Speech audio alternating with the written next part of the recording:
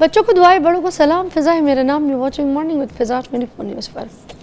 नाज़रीन, ये देख रहे हैं क्या है? ये है पानी। एक तो पानी में होता है ना जिसमें हम किसी को कहते हैं यार चुल्लू भर पानी में डूब मरो। एक वो पानी होता है जिसमें मैं हमेशा से कहती हूँ कि हमारा जिस्म है ना वो पानी से चलता है, मोबाइल से नहीं। हम अपनी ज़िंदगी में सबसे बड़ी गलती क्या करते हैं वो मैं आज आपको बताती हूँ। हम गलती क्या करते हैं और हम क्या नहीं करेंगे इस पर भी बात करूँगी। नाज़रीन, हम सबसे बड़ी गलती ये करते हैं कि हम जब सबसे पहले उठते हैं, हमारी आँख खुलती है, तो हम अल्लाह का नाम लेने के बजाय, कोई दुआ करने के बजाय, कोई शुक्र करने के बजाय हम सबसे पहले अपना फ़ोन देखते हैं। और फ़ोन देखने के बाद हम सबसे पहले ना सोशल मीडिया पे जाके देखते हैं कि हो क्या रहा है, किसकी बहन को क्या मसला हुआ है, किसके भाई को क्या मसला हुआ है। व्हाट्सएप चेक करेंगे, जो रात को चैट हुई है और आखिरी आपने किसी को कॉन्वर्जेशन की है, अब उसका रिप्लाई सुबह उठते के साथ ही आपको तकलीफ़ दे रहा होता है कि क्या आया है।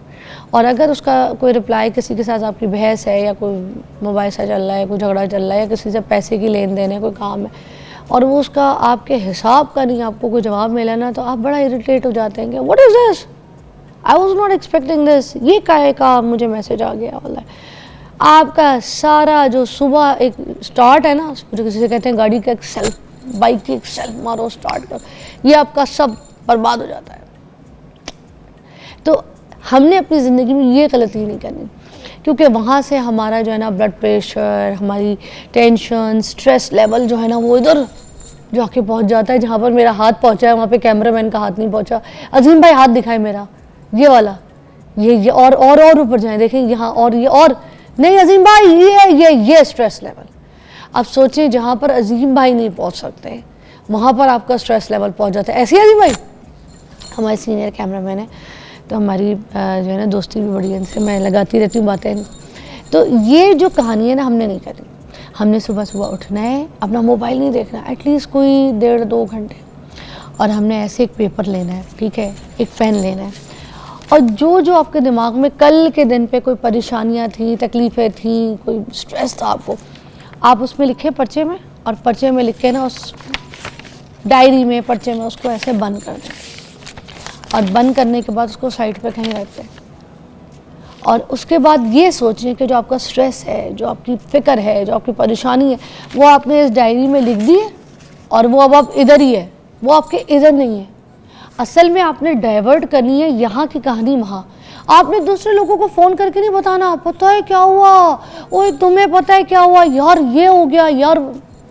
जो था ना वो इधर लिखें, इसको बंद करें सारा इधर, और इसको फील करें कि मेरा सारा इधर का जो दिमागी फतूर है वो उधर चला गया, गुस्सा, स्ट्रेस, और अब आप नए स्टार्ट से अपनी ज़िंदगी शुरू करें।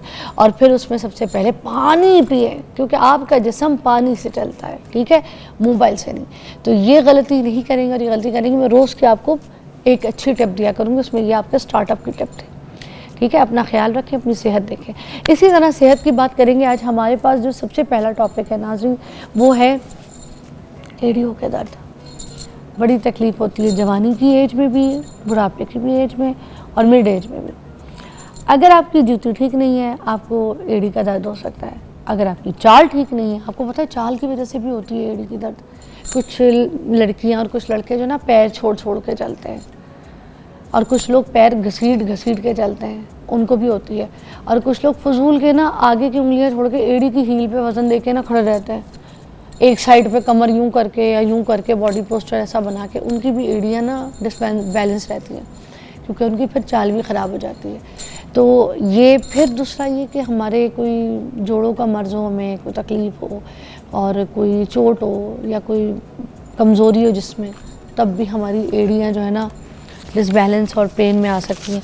मगर अब ये क्या एग्जैक्टली साइंस क्या कहती है और मेडिकल क्या इस पे हमें बताता है कि हमने किस तरीके से इसका ख्याल करना है और हमने प्रिकॉशंस करनी है और क्या क्या रीज़न्स होते हैं, इस पर बात करने के लिए प्रोफेसर डॉक्टर शहजाद भट्टी जो कि पेन स्पेशलिस्ट हैं हमारे प्रोग्राम में मधु होते रहते हैं, and he is your favourite. आपको इनकी बात समझ आती है इसलिए हमने इनको मधु किया। अस्सलाम वालेकुम। जी वालेकुम अस्सलाम। डॉक्टर साहब ठीक ठाक हैं प्रोफेसर? अच्छा, हम सबसे पहले ये बात करेंगे कि देखें, मैं तो अपने हिसाब से जो रिसर्च में पढ़ के आई है, सुनी है, मैंने वो बताई, बट एग्जैक्टली जो मेडिकल साइंस है वो क्या कहती है, ये जो पेन होता है एड़ियों का, ये क्यों होता है? शुरू में जो आपने बड़ी खूबसूरत बात की सुबह उठने के बारे में, मैं बीइंग ए डॉक्टर आपके साथ दो चीज़ें शेयर कर सकता हूँ कि दुनिया में जब हम सुबह उठते हैं तो ये सोचें कि दुनिया में बेशुमार लोग ऐसे हैं जो सुबह उठते ही नहीं हैं। हाय हाय, क्या बात ये बोली। शुक्र अदा करें शुक्र कि अल्लाह ने आपको मौका दिया, आप सुबह उठ गए। वाह। फिर हमारे पास हॉस्पिटल में बेशुमार लोग ऐसे आते हैं जो सुबह उठते हैं तो उनको स्ट्रोक हुआ होता है, फालिज हुआ होता है, कुछ हुआ होता है। ऐसे ही है। यानी सबसे बड़ी बात अल्लाह का ये शुक्र अदा करने की है कि अल्लाह ने सुबह उठा दिया और सेहतमंद उठा दिया। वाह। बाकी तो सारी बातें उसके बाद की हैं, फ़ोन सुनना, लिखना, जो भी आपने कहा, इसी चीज़ पे शुक्र अदा करें तो आपका दिन अच्छा गुजर जाएगा कि आज मैं सुबह ज़िंदा उठा हूँ और ज़िंदा था तो उठा हूँ और दूसरी बात सेहतमंद उठा हूँ। वाह, क्या बात है। ऐसे तो ये कोई गारंटी तो किसी के पास भी नहीं है। हाँ ना। इसी से शुरू कर लें तो आपको सारा दिन आपका शुक्र में गुजर जाएगा कि अल्लाह ने उठा दिया। अल्लाह का नाम नहीं लेते हम, सबसे पहले मोबाइल का नाम लेते हैं कि उसमें क्या आया है। उसमें क्या है, सही बात। अच्छा, दूसरी हील पेन की बात है। अब मेरे ख्याल में शायद ही कोई ऐसा बंदा होगा जिसको ज़िंदगी में कभी ना कभी हील पेन ना हुई हो। और ये इतनी बुरी दर्द बाज़ वक़्त होती है कि बंदा सुबह उठ के जब अपने पाँव ज़मीन पर रखता है तो उठ के खड़ा नहीं हो सकता, उससे खड़ा नहीं हुआ जाता कि वो चल के 4 कदम वॉशरूम तक ही ब्रश करने चला जाए। सो ये बड़ी शदीद पेन होती है और ये बाज़ वक़्त इतनी ज़्यादा होती है कि आपकी डेली रूटीन जो है ना वो डिस्टर्ब होनी शुरू हो जाती है। अब इसकी बहुत सारी वजूहात हैं और सबसे जो मेन वजह 2-3 है। एक तो हम एक्सरसाइज बिल्कुल नहीं करते, नंबर वो लोग जो अपने वेट का ध्यान नहीं करते, वज़न जिनका ज़्यादा होगा, शुगर जिनको होगी वो कंट्रोल में नहीं होगी, डायबिटीज़ उससे भी शुरू हो जाती है। फिर यूरिक एसिड ज़्यादा हो उससे शुरू हो जाती है पेन। अच्छा, यूरिक एसिड से ये एड़ियों में भी जी बिल्कुल, यूरिक एसिड से एड़ियों में पेन हो सकती है। यूरिक एसिड ज़्यादा होने से अंगूठे में तो दर्द होती है, ये पेन भी हो सकती है। फिर जो चीज़ हम ख़ास तौर पे मैं फीमेल्स को कहना चाहूँगा, हमारे पास अगर 10 पेशेंट हील पेन के आते हैं तो उनमें से 9 ख़वातीन होती हैं। उसकी 2 वजूहात हैं। एक तो हम अपने फुटवेयर का ध्यान नहीं करते कि हम जो जूते पहनते हैं बाज़ औक़ात वो टाइट होते हैं और बाज़ औक़ात उनकी हील नहीं होती, फ्लैट होते हैं बिल्कुल। ये बात याद रखें, अगर आप ज़्यादा देर फ्लैट जूते पहनेंगे जिनकी हील नहीं है तो सारा बॉडी का जो प्रेशर है, सारा जो वज़न है वो हील पे जाता है, जिससे उसमें हील में सोजिश होनी शुरू हो जाती है। तो हमें तो ये भी सुनने में आता है ना, कुछ लोग कहते हैं हील पहनने से चाल खराब हो गई है। नहीं, वो हील तो से मुराद वो बहुत ऊंची हील नहीं। आप तकरीबन 1/2 इंच का कुशन रखें बीच में, जैसे अल्लाह ने पाँव बनाया, पाँव आर्च बनाई है ना, सीधा तो नहीं बनाया। तो इसमें अगर आप थोड़ी सी, जैसे हम ये आजकल जॉगर्स मुख्तलिफ किस्म के मिलते हैं, या आजकल बेशुमार जूते मिलते हैं जिनकी थोड़ी सी हील होती है। फॉर एग्जाम्पल अभी ये हम इस तरह से जैसे इसकी कोई हील नहीं वगैरह पहन रहे हैं ना, अब इसकी कोई हील नहीं नहीं। अगर आप इसको बहुत ज़्यादा देर इस्तेमाल करेंगे तो हील पेन के चांसेस होते हैं। तो बेहतर ये कि आप इसको जब घर में ख़ास तौर के ऊपर किसी शॉपिंग पे आप जा रहे हैं, किसी ऐसी जगह पे जा रहे हैं, तो आजकल बहुत रिवाज है जिसमें ऐसे जूते आते हैं जिनमें बिल्कुल कोई हील नहीं होती, बिल्कुल फ्लैट होते हैं, जैसे ये। लेकिन इसमें अगर आप थोड़ी सी ऐसे ज़्यादा देर वो पहनी तो ये तो सेलिब्रेशन है ना, कहीं कहीं आप गए, किसी तकरीब में गए तो आपने इसकी चीज़ पहन ली। लेकिन अगर हील पेन से बचना है, जो कि नीचे एक पैड होता है, अल्लाह ने उसको प्लांटर जो है ना उसके, हम उसके नीचे पैड एक अल्लाह ने बनाया ताकि उसके ऊपर थोड़ा सा कुशन चलता रहे। अब जैसे ये सॉफ्ट वाला है, ये नहीं आप कह रहे, ये नहीं कह रहे जो अंदर है। नहीं, मैं नहीं कह रही, मैं हील की बात कर रहा हूँ। पीछे ये जो हील है इसमें ज़रा सी ये पीछे एड़ी, ये वाली जगह पे जी, एड़ी जो है, तो जैसे इसमें भी है हल्की सी, ठीक है, तो ये ठीक है। इसमें अगर थोड़ा सा और हो तो और अच्छा है। ओके। अभी आजकल जो जूते आते हैं बेशुमार जिनके कुछ भी नहीं है, बिल्कुल स्ट्रेट फ्लैट, यानी ये रीजन है उसका। अगर आप दिन में कुछ देर ये पहन ले, बाकी वो पहन ले तो कोई हर्ज नहीं है। अच्छा। लेकिन मुस्तकिल ये नहीं पहनना चाहिए। उससे क्या होता है, जो नीचे हील है उसके अंदर एक प्लांटर फेशिया होता है, उसमें सोजिश हो जाती है। अच्छा। जब सोजिश होगी तो फिर पेन शुरू हो जाएगी। अच्छा। फिर हम लोग जो टाइट जूते पहनते हैं, जो हमारी साइज से थोड़ा छोटे होते हैं, वो भी तंग करते हैं। फिर दूसरी बात जो आपने की, जिनकी हील बहुत ज़्यादा ऊंची होती है, वो हाई हील्स जो होते हैं, अगर वो ज़्यादा देर पहनेंगे वो भी नेचुरल आर्ट से परे हो गए, वो भी पेन कर सकते हैं। उससे कमर में भी दर्द होती है। उससे कमर में भी दर्द हो सकती है, उससे आपका पोस्चर भी ख़राब हो सकता है, उससे घुटनों में भी दर्द हो सकती है। वाह, बड़े अच्छे आपने जूतों की जो पहचान है एलैबोरेट अच्छा किया। एक ब्रेक लेते हैं, ब्रेक के बाद दोबारा ज्वाइन करते हैं। प्रोफेसर साहब हमारे साथ ही मौजूद है, हम बात करें ये जो हील पेन है ना, ये क्यों होता है, इसकी वजूहात क्या है, कौन सी गलतियाँ हैं, तो कॉल्स भी शामिल करेंगे। ठीक है, ब्रेक।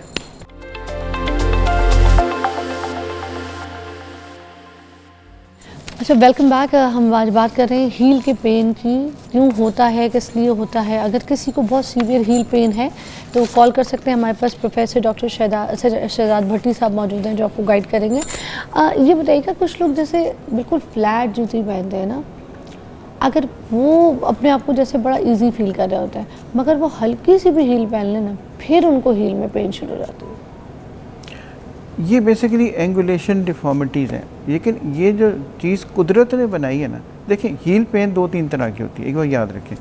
एक बिल्कुल हील के नीचे दर्द होती है, जो एड़ी के नीचे दर्द होती है, वो जैसे मैंने आपको लफ्ज़ इस्तेमाल किया था प्लांटर फेशाइटिस। हाँ। एक हील के पीछे पेन होती है, ये पीछे बैक में एक मसल लगता है, वो गैस्ट्रोक्नीमस कहते हैं उसको, वहाँ पे जाके एक पेन है, वो एक अलग पेन है। ये आती हील में इस जगह पे इस जगह बिल्कुल आप जो जगह कह रहे हैं बिल्कुल उस जगह के ऊपर ये भी हील पेन में आती है। फिर हील के बाहर वाली साइड पे या अंदर वाली साइड पे पेन हो सकती है। अच्छा। ये भी अलग सी रीज़न हर एक की अलग है। ट्रीटमेंट ऑलमोस्ट एक है, लेकिन रीज़न का अगर पता होगा तो ट्रीटमेंट आसान हो जाएगा। जैसे जो ज़्यादा मैंने आपको बताया था टाइट शूज़ पहनने से पेन होती है, वो पीछे वाली जगह पे पेन हो सकती है।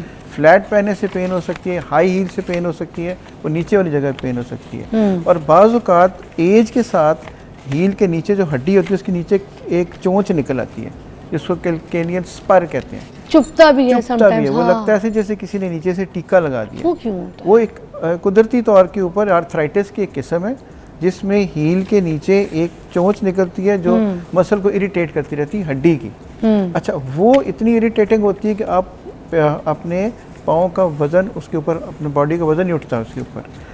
उसको फिर हम एक्सरे करके डायग्नोस करते हैं या हम उसका अल्ट्रासाउंड करके डायग्नोस करते हैं, फिर उसको बाकायदा ट्रीट करते हैं, उसके ऊपर छोटे से इंजेक्शन लगते हैं, तब वो सोजिश जाके दूर होती है। आर्थराइटिस और शुगर के जो पेशेंट होते हैं वो बहुत ज़्यादा मुतासर होते हैं इस हील पेन से, इसकी क्या वजह है? वो इसलिए कि शुगर में और आर्थराइटिस में दोनों में ना ब्लड सप्लाई की कमी होनी शुरू हो जाती है, जो कि उसमें खून की नालियाँ बंद होनी शुरू हो। हम इसीलिए शुगर के पेशेंट्स कहते हैं एक्सरसाइज करते रहें, वॉक करते रहें, ताकि आपकी खून की नालियाँ खुली रहें। जब ब्लड की सप्लाई कम होगी तो वहाँ पे फिर सोजिश के चांसेस ज़्यादा हो जाएंगे, और जो सोजिश ठीक होगी वो फिर जाएगी नहीं। अच्छा, दूसरी चीज़, हमारे बहुत सारे दोस्त जिम में जाते हैं। ये ध्यान रखें कि जिम में जाने के भी कुछ तरीक़ेकार हैं। इसी तरह हम लोग, बहुत सारे लोग हैं जो ट्रेडमिल इस्तेमाल करते हैं। अब ट्रेडमिल के लिए जो जूते हैं वो और हैं, और जो हम जॉगिंग करते हैं ट्रैक के ऊपर, उसके जूते कुछ और हैं। हम स्नीकर्स और जॉगर्स में फ़र्क नहीं रखते। फ़र्क होना चाहिए ना। अब जो चीज़ एक की जगह दूसरा इस्तेमाल करेंगे तो फिर उसमें फिर दर्द होने के चांसेस बढ़ जाते हैं। सो जिस भी जिम में आप जाएं, वहाँ पे किसी ट्रेनर से पूछें कि मैंने ट्रेडमिल करनी है, मुझे इसमें कौन से जूते लेने चाहिए। और अगर आप वॉक कर रहे हैं किसी पार्क में, उसके जूते थोड़े से डिफरेंट होते हैं, जिसमें थोड़ा सा कुशन होता है, जिसमें बैक से पुश भी मिलती है। बैक से पुश भी मिलती है, ताकि उसके अगर वो चीज़ें साथ होंगी तो आपको पेन नहीं होगी। अच्छा। छोटी छोटी चीज़ें जो हम पेन कंट्रोल कर सकते हैं। ये जो मोटे लोग होते हैं उनको, या फिर ये जो दुबले लोग होते हैं, इनको भी मुतासर कर सकता है हील पेन, क्योंकि मोटापा तो वजन तो है जिसमें मुझे लगता है हील पे प्रेशर आ रहा है, मगर जो दुबले हैं उनको भी कर सकता है? बिल्कुल कर सकता है, अगर वो अपने सेहत का ध्यान नहीं रखेंगे, अपना पोस्चर ठीक नहीं रखेंगे। और ख़ास तौर पे वो लोग जो ज़्यादा देर खड़े रहते हैं, जिनका कोई काम इसके, जैसे ब्यूटी पार्लर की ख़वातीन हैं, जैसे हमारे हेयर कटिंग वाले लोग हैं, सेल्स वाले लोग हैं, जो सारा दिन ट्रैफिक वार्डन जो हैं, बिल्कुल, जो सारे दिन खड़े रहते हैं, उनमें ये चांसेस ज़्यादा है, उनमें ये पेन ज़्यादा होती हैं, उनमें खिंचाव ज़्यादा होता है, उनमें स्वेलिंग ज़्यादा होती है। और सबसे बड़ा जो रूल है वो आपका फुटवेयर है। अगर आपका फुटवेयर ठीक है तो इसके चांसेस, हील पेन के चांसेस कम हो जाएंगे। अब जिन लोगों को ये दर्दें निकल गई हैं, उनको ये हील पेन है, वो फौरी तौर पे क्या कर सकते हैं? क्योंकि दर्द के रिलीफ के लिए उनको कोई ऐसी बात, जैसे कोई मेडिसिन ले लें, कोई मसाज करवाएं, कोई ऐसी क्या टेक्निक जिससे उनको रिलीफ मिले पेन का? देखिए, सबसे पहला जो बेहतरीन हम टोटका बताते हैं घर के इस्तेमाल के लिए, वो है ठंडी टकोर। यानी आप बर्फ़ ले लें, उसके ऊपर थोड़ा सा एक शॉपर चढ़ाएं, उसके ऊपर कपड़ा रखें, उसको ठंडा करें, या आइस पैक्स मिलते हैं वो ले लें। ठंडी एक बोतल ले लें जो फ्रिज में रखें, उसको फ्रीज़ कर लें, और उस फ्रीज़र में जो फ्रोज़न बॉटल है उसको पाँव के नीचे रख के थोड़ा सा पाँव दबाएं, उससे आपको कोल्ड मसाज हो जाएगा। बहुत सारी सोजिश जो है वो उसी से ठीक हो जाएगी। या पानी के थोड़े से जो बॉल है उसमें बोल में डाल दें, वैसे कर लें, यानी उसको ठंडा करें, गर्म मत करें। ओके। गर्म करने से सोजिश बढ़ जाती है, वो आप रख लें। अच्छा, इसके बाद एक और तरीका ये होता है कि छोटी सी एक बॉल ले लें, जिसको हम टेनिस बॉल कहते हैं। टेनिस बॉल लेके उसको अगर आप पाँव के नीचे रखेंगे ना और थोड़ा सा रोल करेंगे तो थोड़ी सी उसको, जैसे आपका मसाज हो रहा होता है हाँ। वैसे हो जाएगी, उसको थोड़े से पाँव में नीचे दबा के थोड़ा सा रोल करेंगे, उससे भी पेन बेहतर हो जाएगी। हमने बैठ के करना है या खड़े होके? बैठ अच्छा। खड़े होके नहीं, बैठ के। ओके। अच्छा, ताकि प्रेशर पूरा बढ़े, खड़े हो गए तो फिर स्लिप ही ना हो जाए कहीं। तो बैठ के अपने आप को स्टेबल करके पहले ठंडा करके अगर उसे रोल से करेंगे तो फिर भी ठीक हो जाएगी। अच्छा। फिर इसको मुख्तसर हम करें तो उसको हम कहते हैं राइस का लफ्ज़ इस्तेमाल, याद रखें, RICE। R से बनता है रेस्ट। सबसे पहली चीज़ है अगर आपको दर्द हो रही है उस जगह से हट जाएं, थोड़ी देर की रेस्ट कर लें, अपने आप को स्टेबल कर लें। फिर आइस होगी, वो ठंडा मैंने आपको बता दिया वो कैसे करना है। फिर एक होती है कंप्रेशन। कंप्रेशन बना दबाना, उसको वो बॉल रखा तो उसको आपने दबाना शुरू कर दिया तो उसको मसाज हो जाएगा, सोजिश कम हो जाएगी। जो एडीमा होगा, अगर पानी की वहाँ पे मिकदार बढ़ गई है, जो जैसे एडीमा उसको हम कहते हैं, वो ठीक हो होना शुरू हो जाएगा। और ई से बनता है एलिवेशन, यानी पाँव को उठा के सामने रख लें, ज़मीन पे ना रखें, किसी स्टूल पे किसी सपोर्ट के साथ रख लें। अगर ये 3-4 चीज़ें हम घर में बैठ के कर लें तो हमें किसी डॉक्टर के पास जाने की और कोई लंबे चौड़े ट्रीटमेंट की और कोई दवाई खाने की भी ज़रूरत नहीं पड़ेगी। अच्छा, जो गर्म हीट वाली पट्टियाँ आती हैं वो नहीं बांधनी है, वो ऑल्टरनेट है, वो ऑल्टरनेट है। पहले इसको करें लेकिन अगर उसके बाद फिर वो करें, लेकिन शुरू इससे मत करें, वो बढ़ जाएगी, पेन बढ़ जाएगी, सोजिश बढ़ जाएगी और स्वेलिंग बढ़ जाएगी। अच्छा अच्छा अच्छा अच्छा। और मुझे बताएं ये उसकी कोई सर्जरी भी होती है, मतलब इफ इट्स नॉट? हाँ, उसके बाद अच्छा, उसके बाद ये हुआ कि अब अगला स्टेप क्या होगा। हमने सारा कुछ किया, दर्द को आराम नहीं आया, फिर अगला स्टेप क्या हो सकता है। बाज़ औक़ात बुखार होना शुरू हो जाता है, बाज़ औक़ात सारे टोटके सारी घरेलू दवाइयाँ खा ली फिर भी फ़र्क नहीं पड़ा, तो दैट इज़ द टाइम जब आपको किसी डॉक्टर को दिखाना है। अब हम लोग क्या करते हैं एज ए पेन पर्सन, हम लोग इसमें हम अल्ट्रासाउंड करके देख सकते हैं कोई सोजिश तो नहीं, पानी तो नहीं, हमें नज़र आ जाती है, सोजिश दिख जाती है, या अगर कोई इधर पानी इकट्ठा हो तो वो नज़र आ जाता है। फिर हम इसका एक्सरे करके देख लेते हैं, जैसे मैंने आपको चोंच बताई है वो तो नहीं है। फिर हम इसका CT स्कैन तक करके देख सकते हैं कोई फ्रैक्चर तो नहीं, कोई चीज़ टूट तो नहीं गई, कोई किसी से में कोई समझे कोई स्ट्रेस फ्रैक्चर तो नहीं हो गया। बाज़ औक़ात हमें पता भी नहीं चलता, तो स्ट्रेस फ्रैक्चर भी खास तौर टूट भी जाती है, जैसे लोग मोटर बाइक की किक्स लगाते हैं, और ये होता है कि बंदे को पता ना चले कि शदीद पेन सारा कुछ किया आराम नहीं आएगा, तो वो इसका मतलब कोई ना कोई गड़बड़ है। वो टूटी हुई है लेकिन एक्सरे में भी नहीं आएगी, वो सिर्फ CT में या MRI में आएगी। फिर हम ब्लड के टेस्ट करा के दे सकते हैं, शुगर ज़्यादा तो नहीं है, यूरिक एसिड ज़्यादा तो नहीं है, वो सारी चीज़ें चेक हो जाती हैं। ये सब कुछ ट्रीटेबल है। अच्छा, फिर हम क्या करते हैं, हम उसको अल्ट्रासाउंड करेंगे, अल्ट्रासाउंड करके पिन पॉइंट कर सकते हैं कि हील के पिछले हिस्से में दर्द है, नीचे वाले हिस्से में दर्द है, दाएं या बाएं में दर्द है। फिर एक छोटी सी नीडल जिससे इंसुलिन लगती है, सिरिंज, थोड़ी सिरिंज लेके उसको उस जगह के ऊपर जाके हम एक छोटा इंजेक्शन लगा देते हैं, जिसमें एक तो हम तो ओजोन लगाते हैं, ऑक्सीजन लगाते हैं, इसमें बिल्कुल स्मॉल डोज आप स्टीरॉयड की लगा सकते हैं, स्मॉल डोज पेन किलर की लगा सकते हैं, ताकि वो जो लोकल एरिया है जहाँ पे सोजिश है वो ठीक हो जाए। तो ये बताने का मकसद ये कि सब कुछ ट्रीटेबल है। आप दर्द बर्दाश्त मत करें, पहले ख़ुद कोशिश करें, अगर आराम नहीं आता तो किसी कंसल्ट बंदे के पास जाएं, वो दर्द आपकी ठीक हो जाएगी। और अगर हील की दर्द ठीक नहीं होगी तो फिर चाल भी ख़राब हो जाएगी, बंदा लगड़ा के चलना शुरू कर देगा। आपको लोग कहेंगे चालबाज। अच्छा जी, थैंक यू सो मच, बहुत बहुत शुक्रिया, बहुत अच्छा गाइड किया आपने और आपके टाइम का बहुत इंपॉर्टेंट टाइम था जो आपने अपने ऑडियंस को दिया, तो अगेन थैंक यू। और हम आपको मिलते हैं एक ब्रेक के बाद। अपनी हील्स का बहुत ख्याल रखें, ये एक बार अगर ख़राब हो गई, डैमेज हो गई या टूट गई, फिर इसकी तकलीफ बहुत ज़्यादा होती है। Take a break.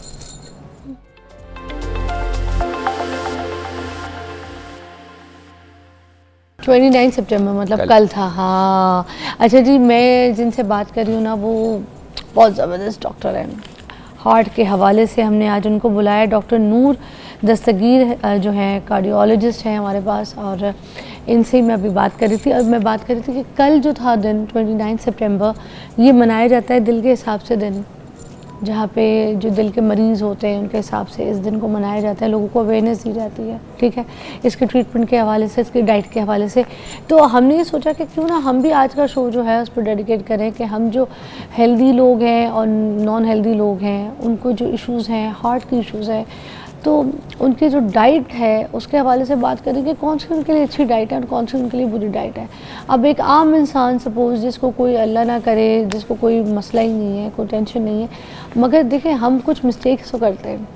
ऐसी ऐसी डाइट्स आ गई मार्केट में, उनको फॉलो कर रहे होते हैं, या फिर हमारे घर की अपनी जो एक लाइफस्टाइल है जिसमें हम जो भी ग़िज़ा ले रहे होते हैं, खा रहे होते हैं, पी रहे होते हैं, हम अपने पेट को भरने के बारे में सोच रहे होते हैं, मगर हम ये नहीं सोच रहे होते कि हमारे जिस्म का कौन सा ऐसा ऑर्गन है जिसको एक ऐसी स्पेसिफिक डाइट की ज़रूरत है, उसका ये किसी चीज़ की हम बात करते हैं ना, ये इसकी ग़िज़ा है, तो हम उसको दिल की ग़िज़ा दे रहे हैं कि नहीं दे रहे। इस तरह की हम ये सारी चीज़ों पे बात करेंगे। ख़ास तौर पे देखिएगा आज हमारा शो ये आप लोगों को डिज़ाइन किया, हम ये सबसे पहले पूछेंगे डॉक्टर नून से कि दिल की जो ग़िज़ा है वो कौन कौन सी होती है। Welcome to my show. जी अस्सलाम वालेकुम, thank you Fiza, thank you for having me here, it's my pleasure to have come today. Thank you. ये दिल की जो ग़िज़ा है वो क्या है? देखें, इट्स रादर मुश्किल सवाल भी और आसान सवाल भी है। इसको इफ़ सिंपली टू स्टेट, दिल की ग़िज़ा कोई नहीं है, ग़िज़ा सेम ही है। हम एक बात करते हैं कि everyone should try to eat healthy. जैसे आपने भी जिक्र किया, कल वर्ल्ड हार्ट डे था एंड बहुत अच्छा मौका है to highlight one very important thing. Heart disease होने के बाद चीज़ों को बेहतर करना जो है इज़ ऑलवेज़ इन्फीरियर कि हम हार्ट डिज़ीज़ होने ही ना दें। तो जैसे आपने भी सवाल पूछा कि दिल के मरीज़ों के लिए क्या है या हार्ट की बेहतरी के लिए क्या डाइट है, तो आइड से कि ये जो डाइट है ये हर उस बंदे को लेनी है जो एक नॉर्मल ज़िंदगी गुजार रहा है। हार्ट डिज़ीज़ होने के बाद तो कहीं ना कहीं आप चीज़ों को बेहतर ही कर पाएंगे ना, लेकिन अगर हम एक हेल्दी लाइफ प्रैक्टिसेस जो हैं वो अपनी रोज़मर्रा की रूटीन में फ़ॉलो करते रहेंगे तो शायद हम उस हार्ट डिज़ीज़ के आने से बच जाएं। सो पॉइंट बीइंग कि specially on this world heart day, जिसका मकसद भी ये होता है to create some sort of global awareness कि दिल की तकलीफ़ किस हद तक फैल चुकी है, इससे कैसे बचा जाए, उसमें सबसे इम्पॉर्टेंट एक्चुअली रोल दो ही चीज़ों का है। कुछ तो आपकी नेचुरल हेल्थ कंडीशंस हैं, जैसे कुछ लोगों को शुगर है या ब्लड प्रेशर है, उन चीज़ों का तो कंट्रोल करना ज़रूरी है ही है, लेकिन उससे ज़्यादा बहुत इम्पॉर्टेंट है कि आप एक नॉर्मल अपनी जो रूटीन है उसमें एक हेल्दी लाइफ गुजारें। उसमें क्या चीज़ें आती हैं कि आप अच्छा खाएं, और अच्छा क्या खाना है इस पर हम अभी तफसील से बात करते हैं, क्योंकि हम लोग अपनी जो रूटीन है ना उसमें ये पता है कि हम जब आईना देखते हैं ना तो जो दिख रहा होता है ना उसका ख्याल रखते हैं। हमें पता है आईना देखते वक्त अगर हमारे कोई बाल अच्छे नहीं लग रहे तो हम उसको तेल लगाएंगे, डाई कराएंगे, कोई पिंपल निकल आया तो उसके ऊपर दवाई लगाएंगे, ठीक है, दांत पीले हो रहे हैं तो ब्रश करेंगे, स्केलिंग करवाएंगे, ऐसे ही है। तो हम इन चीज़ों के ऊपर फोकस करते हैं। कपड़े अच्छे नहीं लग रहे तो ख़रीद के लेके आएंगे, मगर इसी तरह हम जो खाने हैं ना उनको अपनी लाइफ में चूज़ नहीं करते। हमारे यहाँ जो खाने जैसे निहारियाँ हो गई, पाए हो गए, सुबह सुबह नाश्ते नान चने खाने, चिकड़ चोले खाने, कढ़ाइयाँ हो गई, ठीक है, पावे हो गए, मगज़ हो गई, तो अब ये कितने फ़ायदेमंद है, कितने नुकसानदेह, हफ्ते में खा सकते हैं या नहीं खा सकते, या लाइफस्टाइल को किस तरीके से इसको मॉडरेट करें, इस पर ज़रूर बात करें क्योंकि ये हमारे दिल के साथ जुड़ा है। बहुत अच्छी अपने बात की। एक्चुअली हम लाहौर में रहते हैं and it's a city of food, खाना है भी बहुत अच्छा, रेजिस्ट करना भी मुश्किल है।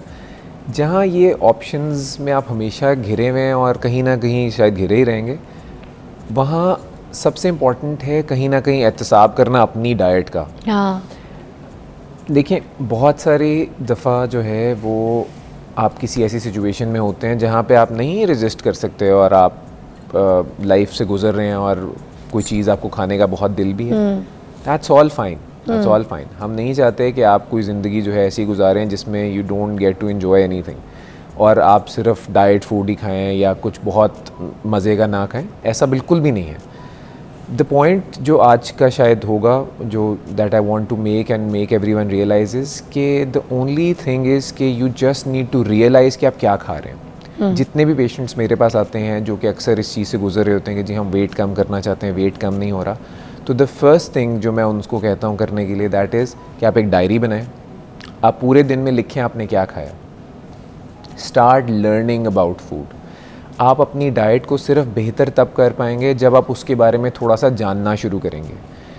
जिस दिन आपको ये रियलाइज़ होगा कि 2 बिस्किट्स और 1 रोटी की जो कैलोरी वर्थ है वो एक जितनी है, तो आप 2 बिस्किट तो आपने उठा के खा लिया, आपको याद भी नहीं रहेगा कि आपने वो खाए थे, लेकिन ये ज़रूर याद रहेगा कि मैंने रोटी खाई थी। तो जितने भी पेशेंट्स आते हैं वो कहते हैं डॉक्टर साहब मैं तो 1 ही रोटी खाता हूँ दिन में, तो वज़न मेरा फिर भी कम नहीं हो रहा। तो उसकी वजह ये होती है कि उस लंच और डिनर की एक एक रोटी के बीच में समोसे भी चल रहे हैं, चाट्स भी चल रही हैं, बेकरी आइटम्स भी चल रहे हैं। सो ये ऐसी चीज़ें हैं जो कि बहुत तेज़ी से आपको हाई कैलोरीज देना स्टार्ट कर देती हैं, which ultimately lead to weight loss. Coming back to the original point कि हेल्दी डाइट और बेहतर ज़िंदगी गुजारने के लिए, हार्ट डिज़ीज़ से बचने के लिए, द फर्स्ट थिंग इज़ कि आपको थोड़ा सा अपना जो आप रूटीन में ऑलरेडी खा रहे हैं उसके बारे में जानना पड़ेगा। हम एक ऐसे दौर में रहते हैं जहाँ पे टेक्नोलॉजी आम है, अब सबके पास स्मार्टफोन्स हैं, इजीली एक्सेसिबल भी हो गए हैं, गूगल सबके पास है। द फर्स्ट थिंग जो मैं सबको रेकमेंड करूँगा इस कि अपने खाने को रिसर्च करना शुरू करें। जस्ट स्टार्ट सर्चिंग के किस चीज़ में कितनी कैलोरीज हैं।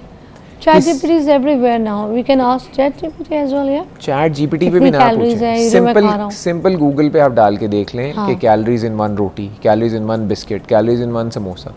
जितनी जल्दी आप ये चीज़ें लर्न करना स्टार्ट करेंगे, आप ख़ुद बेहतर फैसले करना शुरू कर देंगे। मतलब किसी डॉक्टर को या किसी हेल्थ फिजिशियन को, हेल्थ कंसल्टेंट को ये चीज़ रियलाइज़ कराना ज़रूरी नहीं है कि क्या हेल्दी और क्या नहीं है, और ना ही शायद इतनी लंबे लेक्चर्स आपको याद रहेंगे। It's something that you have on the go. आपके पास अपना फ़ोन है, आप एज अ फर्स्ट स्टेप जो अभी खा रहे हैं, मतलब आपने जैसे बात की कि हमने सपोज मैं ये यखनी पी रही हूँ और ये वो यखनी मैं बार बार बताती हूँ, पता नहीं मैं इसके बारे में मैं पूछूंगी आपसे। ये वो यखनी है वो जो बैल की, बछड़े की, गाय की नहीं होती है हड्डियों, वो जो सूप वाली हड्डियाँ होती हैं जो चूसने वाली, जिसमें से रस होता है, वो वाली हड्डियाँ उसको 24 घंटे हल्की आंच पे पका के उसकी यखनी बना के तो फिर मैं उसको पी रही हूँ। तो इसके बारे में भी बात करूँगी कि ये फिर हम गूगल और ChatGPT से पूछ सकते हैं कि जो मैं पी रही हूँ उसमें कितनी कैलोरीज है, क्या है, is it good for my health, is good for my bones, is it a good collagen for my skin or not, and how can I have it or not, you know, something like that. एक break लेंगे, break के बाद हम आपको दोबारा join करते हैं, will discuss it more in detail.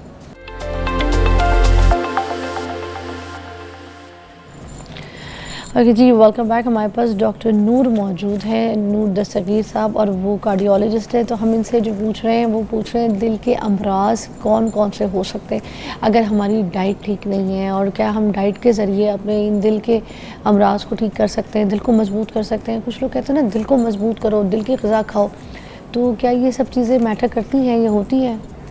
देखिए, डाइट का तो एक वैसे ही बहुत इम्पॉर्टेंट रोल है। कोशिश होती है कि हर पेशेंट को ये समझाया जाए कि सिर्फ दवाइयों पे ना तो हमारा इन्हिसार होना चाहिए ना आपका होना चाहिए, कहीं ना कहीं वो नेचुरल एफ़र्ट जो है वो होना ज़रूरी है। मैं हमेशा ये समझता हूँ कि दवाइयाँ जो हैं वो कहीं ना कहीं ब्रिज होती हैं। एक कोई ऐसा पेशेंट है जिसका ब्लड प्रेशर हाई है या ब्लड शुगर हाई है, जहाँ दवाइयों का एक अपना रोल है और कहीं ना कहीं उनकी इम्पोर्टेंस डिनाई बिल्कुल भी नहीं की जा सकती, लेकिन जितना पेशेंट्स खुद ट्राई करेंगे to eat a healthier diet and exercise more, उतनी कहीं ना कहीं शायद दवाइयों की रिक्वायरमेंट कम हो जाए। मतलब दुनिया में ऐसी स्पेसिफिक डाइट्स हैं, उनका नाम ही यही है, जैसे डैश डाइट है, उसका मतलब ही है डाइट टू अवॉइड हाइपरटेंशन। तो ये वो डाइट्स हैं जो कि ऐसे फोकस करते हैं कि ब्लड प्रेशर नेचुरली डाइट के थ्रू ही कम कर लिया जाए।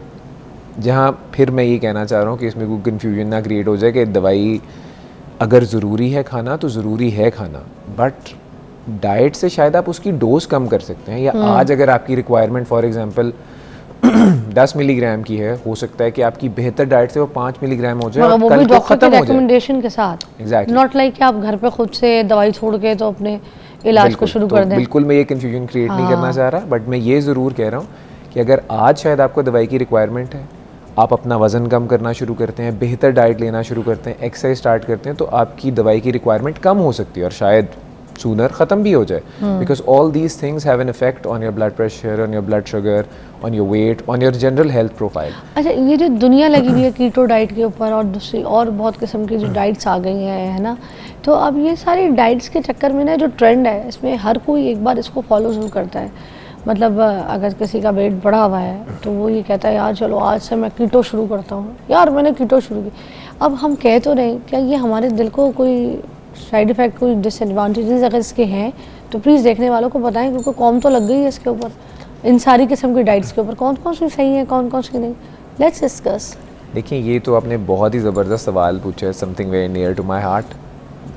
इन माई वेरी साइंटिफिक ओपिनियन ये जितनी भी डाइट्स हैं देर ऑल फैड्स, मतलब कहीं ना कहीं गिमिक्स हैं just to commercialise a very simple fact. हमारी बॉडी को ना बैलेंस डाइट रिक्वायर्ड है, ना हमें सिर्फ कीटो रिक्वायर्ड है जिसमें सिर्फ एक फ़ैट बेस्ड डाइट है, ना एटकिंस रिक्वायर्ड है जिसमें सिर्फ कोई शुगर बेस्ड डाइट है, ना ही सिंपल जितना हम समझते हैं कि प्रोटीन्स बहुत अच्छी हैं एंड एवरीथिंग इज़ गुड, ना ही हमारी बॉडी सिर्फ प्रोटीन्स पे गुजारा कर सकती है। और हाई प्रोटीन डाइट जो ये भी लोग फॉलो कर रहे हैं, ये भी मतलब इस पे नहीं गुजारा हो सकता। हमारी बॉडी को ना एक बैलेंस डाइट चाहिए, क्योंकि हमारी बॉडी को प्रोटीन्स भी चाहिए, किसी न किसी अमाउंट में शुगर भी चाहिए, किसी न किसी अमाउंट में फ़ैट भी चाहिए। अब यहाँ पे सबसे ज़्यादा जो इम्पॉर्टेंट चीज़ है ख़ास तौर पे वेट लॉस के हवाले से, वो ये है कि the only thing that matters, जो इन सारी डाइट्स के बैक एंड पे जो एक कॉमन पॉइंट है वो दैट इज़ पोर्शन कंट्रोल, कि आपको एक सर्टन पोर्शन दिया जाता है जिसकी वजह से आप number of calories come consume कर रहे हैं। वेट कम करना है तो सिर्फ एक ही चीज़ इंपॉर्टेंट है कि आप लेस नंबर ऑफ़ कैलोरीज लें। और अगर आप इन सारी डाइट्स में देखेंगे तो कोई आपको ऐसे नहीं कहता कि अगर आपने फ़ैट बेस्ड डाइट लेनी है या कीटो बेस्ड डाइट लेनी है तो आप जितना मर्जी कीटो खाई जाएँ, ऐसा नहीं है। बैक एंड पे कॉन्सेप्ट सेम ही है कि आपकी कैलोरीज कम की जाएँ, चाहे आपको वो एक चीज़ की फॉर्म में पूरे दिन गुजरवा दें या दूसरी चीज़ की फॉर्म में जैसे प्रोटीन्स या फैट्स या carbohydrates, but that is not the right way. Your body needs everything, your body needs your vitamins, your minerals, your carbohydrates, your fats and your proteins. So कुछ बुनियादी फ़र्क हैं इन चीज़ों के, लेट मी हाईलाइट देम। जैसे जो protein based diets हैं, for example if you eat eggs for breakfast या एग वाइट्स आप लेते हैं 4-5, प्रोटीन्स आपको ज़्यादा देर तक भूख नहीं लगने देंगे। बट इसकी फॉर्म में भी ना कि अगर आपने वेट कम करना है तो आप बॉयल एग ले रहे हैं, और अगर आपने वेट बढ़ाना है तो फिर आप तेल में उसको अच्छी तरीके से ऑमलेट बना के, तो देसी घी डाल के, तो कौन कौन से तेल डाल के तो उसको रगड़ रगड़ के बना रहे हैं, ऑमलेट बना रहे हैं, पता नहीं क्या क्या बना रहे हैं, तो उसमें फिर वेट बढ़ रहा है।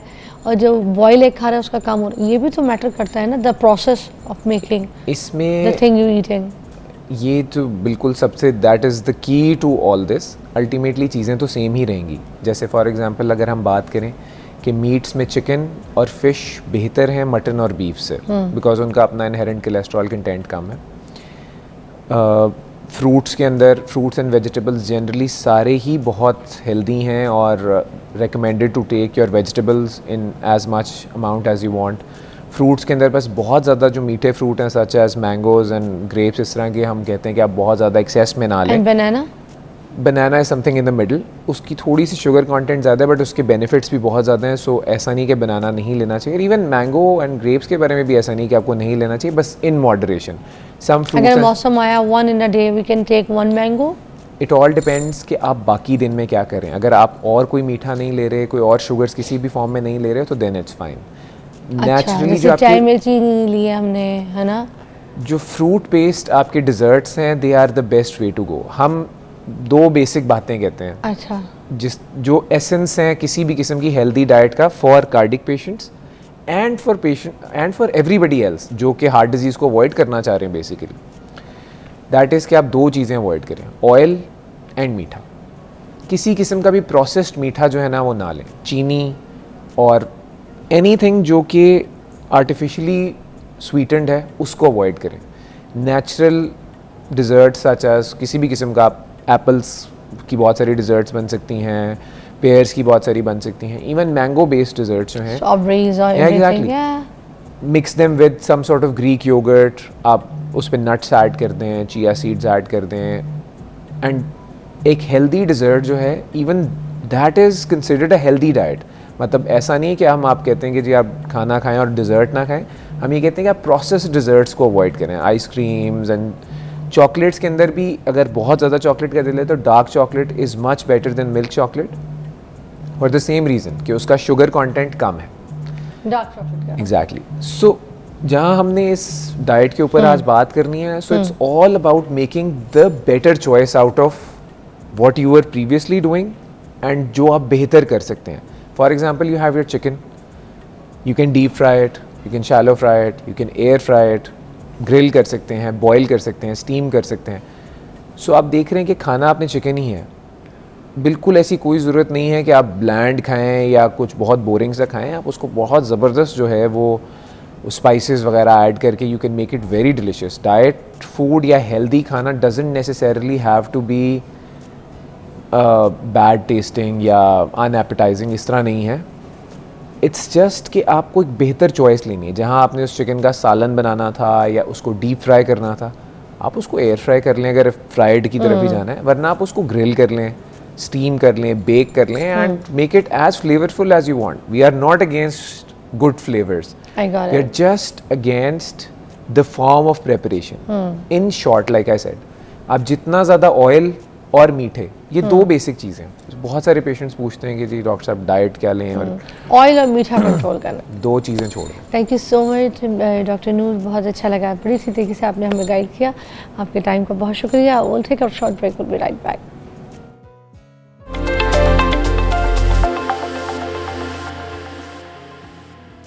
ऑलराइट, मेरे पास डॉक्टर मरियम मंजूर हैं जो कि डर्मेटोलॉजिस्ट हैं, और मैं हमेशा कहती हूँ मेरे पास बहुत सारे लोग आते हैं डर्मेटोलॉजिस्ट। लोग मुझे, मैं कहीं जाती हूँ ना तो मुझसे पूछते भी हैं, आप बताएं ये आपके शो पे आई थी, वो बताएं वो आपके शो पे आए थे, कौन से डॉक्टर अच्छे हैं, किनके पास जाए।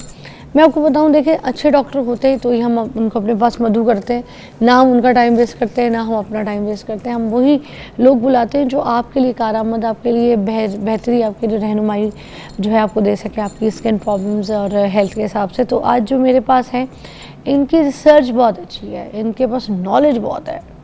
मेरी बहुत सारी दोस्तें हैं, बहुत सारे लोग हैं, मगर उनमें कुछ लोग ऐसे होते हैं ना जिनकी नॉलेज बड़ी परफेक्शन के साथ होती है, वो ये डॉक्टर मरियम मंजूर जो है उनकी है। मैं हमेशा इनको अप्रिशिएट करती हूँ, है वाकई है। हाँ, इसमें कोई शक नहीं है। ये देखने वाले की नज़र भी होती है ना पैसा। हाँ नहीं, मैं देखिए आपसे हर आगे पीछे घुमा फिरा के जो पूछ लो, ब्रेक में, ब्रेक से बाहर, आपको सारी चीज़ों की नॉलेज है, डीप डाउन नॉलेज है। तो मुझे फिर ना वो ज़रा अच्छा लगता है लोगों को बताने में, पहुंचाने में। तो आज हम बात करेंगे दो टॉपिक के ऊपर। एक तो ये जो आया ना स्किन साइकिल, इसके ऊपर बात करेंगे। आपको पता है स्किन साइकिल क्या होता है? मुझे भी नहीं पता, इसलिए मरियम को पूछेंगे। और दूसरा हम ड्राई स्किन, ऑयली स्किन, इसके ऊपर बात करेंगे। अब जो वेदर आ रहा है वो ज़रा विंटर है, कुछ लोगों की स्किन शुरू, कुछ नहीं, मेरी अपनी स्किन शुरू आती है फटी फटी, क्रैक्स, मुझे जो ज़मीन पे दरारें पड़ जाती हैं वैसे मेरे हाथों पे, पैरों पे मुझे ऐसे प्रॉब्लम शुरू हो जाती है। और फिर ये ड्राइनेस जो है ना पूरी फुल बॉडी फैलना शुरू हो जाती है। इसकी क्या एहतियात है? ऐसी कौन सी मेडिसिन, कौन सी चीज़ें खाएँ, लगाएँ, क्या स्किन का हमारा जो रूटीन है वो रखें, वो सब हम आज पूछेंगे। और साथ ही स्किन साइकिल का पूछेंगे। सबसे पहले तो बता दें स्किन साइकिल क्या चीज़ है? अच्छा, स्किन साइकिलिंग जो है वो टिकटॉक पर बहुत आजकल ट्रेंडिंग है, ठीक है। और जैसे अब जो विंटर सीज़न आ रहा है, इसमें एक्नी वाले पेशेंट जो हैं जिनकी ऑयली स्किन है उनके लिए बहुत अच्छी है। अच्छा, इसमें 4 स्टेप्स होते हैं फिजा। उसमें सबसे पहले क्या होता है, आपने 1 नाइट पे एक्सफोलिएशन करनी होती है, ठीक है। एक्सफोलिएशन हम किसी भी लाइक ग्लाइकोलिक एसिड टोनर से कर सकते हैं, सैलिसिलिक एसिड टोनर से, या फेस वॉश से कर सकते हैं। एंड देन आपने उसको छोड़ देना है, ठीक है। नेक्स्ट नाइट आपने उस पर रेटिनॉल लगाना होता है। जो भी रेटिनॉल सीरम आप अपना इस्तेमाल कर रहे हैं, लेकिन अगर प्रेग्नेंट हैं फीमेल्स तो फिर रेटिनॉल मना होता है, ठीक है। तो आप उसे स्किप कर सकते हैं, उसकी जगह नाइसिनामाइड्स लगा सकते हैं, ठीक है। और रेटिनॉल लगाना है। और उसके बाद ये सेकेंड नाइट है। और फिर 3rd और 4th नाइट जो है वो आपने जस्ट मॉइस्चराइज करना है किसी भी हाइलुरोनिक एसिड बेस्ड सीरम से, या जो भी मॉइस्चराइज़र आपके पास अवेलेबल है आप वो लगा सकते हैं, चाहे जेल बेस्ड हो। अब जैसे जो ऑयली स्किन वाले हैं तो उनके लिए बेहतर होता है कि वो जेल बेस्ड प्रोडक्ट यूज़ करें ताकि उनको मज़ीद ऑयल ना निकले, क्योंकि हम कम कर रहे हैं ना, क्योंकि एक्नी बन ही ऑयली स्किन पे रही है, ठीक है। और फिर जो ड्राई स्किन वाले हैं उनके लिए बेहतर होता है कि थोड़ा बहुत थिक मॉइस्चराइज़र इस्तेमाल करें, वो लोशन, क्रीम बेस्ड दोनों इस्तेमाल कर सकते हैं। तो 3 और 4th नाइट आप ये इस्तेमाल करें। अच्छा, फिर क्या होता है कि फिर इसके बाद आपने इसको 100 रिपीट करना होता है, ठीक है। ड्राई स्किन वाले ऑयली बेस नहीं करेंगे, ऑयल बेस नहीं करेंगे। ड्राई स्किन वाले ऑयली करेंगे क्योंकि उनकी ड्राई है ना, तो वो ज़्यादा थिक मॉइस्चराइज़र लगाएंगे। ऑयली स्किन वालों के लिए कहा है कि जेल बेस लगाएंगे। अच्छा, अब क्लियर, ठीक है, ओके, ठीक है। अच्छा, और ये जो हम ये कर रहे हैं, ये 3 रात अलग अलग कहानी है। हाँ, और वो जो हमने अगर स्क्रब किया है चेहरे पे या फिर स्क्रब नहीं हम करें, हमने उसको जो डेड स्किन को उतारने के लिए हमने जस्ट एक्सफोलिएशन या टोनर का इस्तेमाल किया। जो एक्सफोलिएटिंग टोनर आजकल बहुत कॉमनली अवेलेबल है। होता है, why not scrub as well? Scrub जो होता है ना फिजिकली रप्चर कर देता है, तो कहीं ज़्यादा हो जाता है, प्रेशर कहीं कम हो जाता है, किसी के एरिया को बहुत रगड़ देते हैं, कहीं स्किन आपको नहीं पता होता वॉर्न आउट ज़्यादा हो रही होती है, ठीक है ना। तो इसी तरह कुछ लोगों की जैसे नोज़ के अराउंड, लिप्स के अराउंड, आइज़ के अराउंड स्किन सेंसिटिव होती है, फट जाती है। अक्सर लोग कहते हैं कि यहाँ चुभती है, क्रीजेस बन जाती हैं, तो वहाँ पे आप फिर ज़्यादा कर देंगे तो फिर ज़्यादा हो जाएगा। तो आपने जस्ट सिंपल वो जो कॉटन पैड होते हैं उस पर टोनर लगाना है और उसको जस्ट हल्का सा लगा के 5-7 मिनट्स जितनी देर आप बर्दाश्त कर सकते हैं उसको रखें एंड देन वॉश कर दें, ठीक है। और नेक्स्ट नाइट जो है फिर आप रेटिनॉल लगाएं। इस तरीके से क्या होता है कि रेटिनॉल का फंक्शन भी एनहांस हो जाता है, उसकी एब्जॉर्प्शन भी बेहतर होती है, स्किन ज़्यादा अच्छे से एब्जॉर्ब करती है, बिकॉज एक डेड लेयर उतर जाती है। अगर आप ये देखें ना, एक मिट्टी वाली सरफेस है, उसके ऊपर आप पॉलिश कर दें तो वो चिपक जाएगी, ठीक है, और वो आपकी पॉलिश भी ज़ाया और वो भी मेहनत भी ज़ाया। तो इस तरह क्या होता है, आप एक डेड लेयर उतारते हैं तो आपको रेटिनॉल की इफेक्टिवनेस जल्दी नजर आती है, जो कि अक्सर लोग कहते हैं डॉक्टर हमने लगाया डॉक्टर हमें कोई खास रिजल्ट रेटिनॉल का नज़र नहीं आया या ट्रेटिनोइन का रिजल्ट नज़र नहीं आया। वो इसीलिए होता है कि वो थोड़ा बेहतर पेनिट्रेशन फिर हो जाती है उसकी। अच्छा, और फिर हम मॉइस्चराइजर फिर एंड देन हम 3rd and 4th night moisturiser. अच्छा, अगर आपको लगता है कि अभी मेरी 2 डेज में 2 नाइट्स में स्किन रिपेयर नहीं हुई तो आप 3-4 नाइट्स भी मॉइस्चराइजर लगा सकते हैं, बिल्कुल।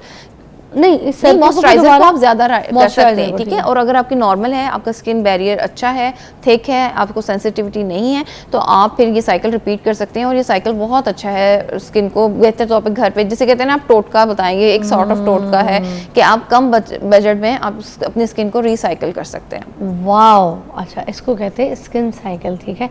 अच्छा, दूसरा आप मुझे ये बता दें कि ड्राई स्किन के लिए जो वेदर शुरू होने वाला है, क्योंकि नवंबर और ये जो दिसंबर है इसमें स्किन बहुत ख़राब हो जाती है, खुरखुरी, डैमेज, ड्राई। अच्छा, बेसिकली क्या होता है कि वाटर लॉस जब हमारा ज़्यादा होता है और एयर करंट भी ड्राई यानी कि वेदर ड्राई होता है तो हमारी स्किन से भी वाटर परस्पायर करता है और स्किन ड्राई होना शुरू हो जाती है। फिर हम क्या करते हैं कि हम बहुत हॉट शॉवर्स करते हैं बहुत देर, ठीक है, तो उससे क्या होता है वो भी सारी आपकी स्किन के ऑयल जो है वो निकाल देते हैं, ठीक है। तो कोशिश करें कि शॉवर का टाइम कम करें, टेम्परेचर मॉडरेट हो जिससे आप नहाएं। सर के लिए, खुश्की के लिए भी ये आपके लिए है, क्योंकि सर की स्किन भी उतनी ही ड्राई होती है जितनी देर हॉट वाटर एक्सपोजर रहता है, जाहिर बात है वो आपकी स्किन को ड्राई करता रहता है और हेयर फॉल भी करता है, और फिर हेयर फॉल भी होता है ऑटोमेटिकली। ये सर्दियों में जो लोग गर्म पानी के नीचे खड़े होकर लेते हैं, हाँ, उनको हेयर फॉल इशू और ड्राइनेस के मजीद इशू हो जाते हैं, ठीक है। तो इससे बेहतर, और फिर आमतौर पर ये भी कहते हैं कि लास्ट में आप जरूर कोशिश करें कि मॉडरेट टेम्परेचर जो वाटर होता है उससे एक दफ़ा बालों को टेम्परेचर थोड़ा कम कर लें। इसी तरह स्किन के लिए भी है, ठीक है, कि जितना आप कम नॉर्मल टेम्परेचर वाटर यूज़ कर सकते हैं वो करें। बहुत ज़्यादा देर हॉट शावर, सोना बात इस तरह से ना लें, ठीक है।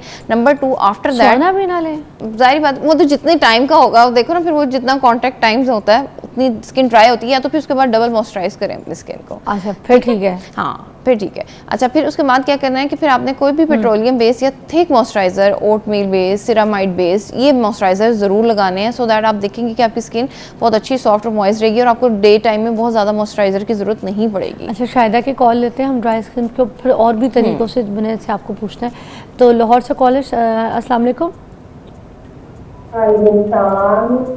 जी शाहिदा बहन, क्या पूछेंगी? आज हमारे पास डॉक्टर मरियम है, डर्मेटोलॉजिस्ट हैं, कुछ पूछना चाहेंगी? जी, सबसे पहले तो आप मुझे बहुत अच्छी लगती है, मैं आपका शो रोजाना देखती हूँ डेली बेस पे। बहुत शुक्रिया, बहुत शुक्रिया। मुझे ये पूछना है कि मेरे बाल बहुत उतरते हैं, बहुत ज्यादा। मैंने प्याज का पानी भी लगा के देखा है, एलोवेरा भी, लेकिन बाल बहुत ज्यादा उतरते हैं मेरे। आपकी उम्र क्या है शाहिदा बहन? जी, आपकी उम्र क्या है? 38। इतनी तो ये एज नहीं है कि आपके बाल इतने गिर रहे हैं। अच्छा, और आप तेल कौन सा लगाती है, ऑयल कौन सा लगाती है? मैं कोकोनट भी, आलमंड ऑयल भी लगा लेती हूँ, सरसों का भी। अच्छा, तो और खाने पीने की डाइट अच्छी है आपकी? जी, वो थोड़ा सा मुझे मैदे का स्टोमिक मसला है ना। हाँ, स्टोमिक मसला है और सर में खारिश बहुत होती है। हाँ।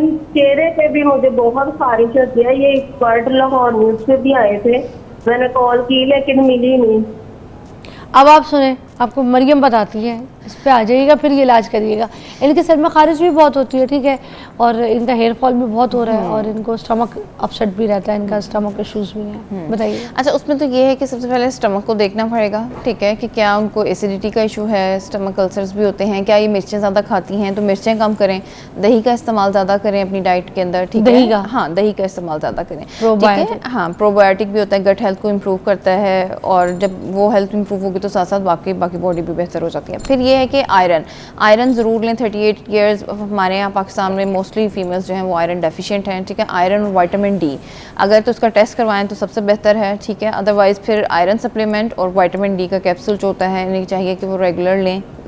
विटामिन डी का कैप्सूल वीकली ले लें और डेली आयरन लें, ठीक है। तो वो मंथ वाला जो आता है विटामिन डी वाला, वो बेहतर है या वीकली वाला? वीकली वाला ज़्यादा बेहतर रहता है, ठीक है। वीकली ज़्यादा बेहतर रहता है, क्योंकि थोड़ी थोड़ी डोज मिलती रहती है बॉडी को, जाहिर बात है चाहिए। और आयरन की मल्टीविटामिन, आयरन की आप बिल्कुल डेली मल्टीविटामिन बहुत सारे हैं, बहुत आराम से मिल जाते हैं, बहुत प्राइसी भी नहीं होते। आप उसको डेली खाने के बाद इस्तेमाल करें तो इतना स्टमक को इरिटेट भी नहीं करता, ठीक है। तो आयरन और ये डेफिशिएंसी बहुत कॉमन होती है। और फ्रूट्स आजकल आड़ू का सीज़न अब एंड हो रहा है, लेकिन जितना भी है, और फिर सेब छिलके समेत डेली खाएं, तो आप देखेंगे कि इनकी गट हेल्थ भी बेहतर हो जाती है, और प्लस ये कि हेयर भी बहुत जल्दी बेहतर हो जाता है। और जो सर का मसला है उसके लिए मैं इनको ये कहूँगी कि बहुत ज़्यादा हॉट वाटर वही या कोई भी बहुत ऐसा शैम्पू इस्तेमाल ना करें जो बहुत ज़्यादा जिसमें एक्टिव इंग्रेडिएंट्स या जैसे सैलिसिलिक एसिड वाले भी आ रहे हैं शैम्पू बहुत तरह तरह के। अब वो जैसे सर में खारिश होती है, वो लाल वाला शैम्पू यूज़ कर सकते हैं, कोना? हाँ बिल्कुल, वो कोनास यूज़ कर सकती हैं। मुझे तो बहुत फ़र्क आया था। हाँ। मेरा बड़ा मैं तो कहती हूँ अभी जिन जिन लोगों के हेयर फॉल हो रहे हैं, कोनाज वो जो है ना, 2 शीशियाँ एक बार इस्तेमाल कर लें, बाल हेयर फॉल रुक जाएगा। मेरा रुक गया था, बहुत बेहतर हो जाता है उससे। बिकॉज वही बात है ना कि डैंड्रफ जितना वॉर्न आउट स्किन फटती जाएगी, ड्राई होती जाएगी, उतना फिर हेयर को भी वो डैमेज करेगी। ठीक है, एक ब्रेक लेते हैं, ब्रेक के बाद ज्वाइन करते हैं। और शायद आप ये सारा टोटका इस्तेमाल करके देखें, ये मेडिकली अप्रूव्ड है, ठीक है मेरी जान। ब्रेक के बाद मिलते हैं।